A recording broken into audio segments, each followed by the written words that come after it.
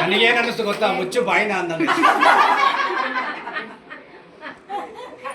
Lata madam, 1ನೇ ತಿಂಗಳಲ್ಲಿ ಮುಚ್ಚೋರೆ ಭಾಗ. Next ಅದೇನಾ? ಮುಚ್ಚೋರೆ ಭಾಗ. ನೆಕ್ಸ್ಟ್ ಅದೇ ಶಕುಂತಲೆಗೆ ಮುತ್ತಾರೆ ಭಾಗನ ಕೊಡ್ಬೇಕಾಗುತ್ತೆ. ಮುಚ್ಚೋರೆ ಭಾಗನ.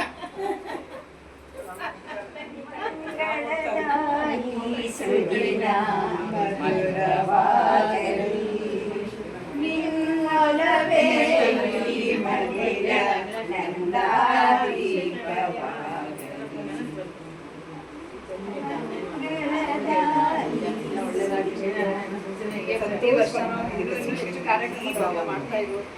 ನಮ್ಮ ಸರಿತಾ ಇರೋ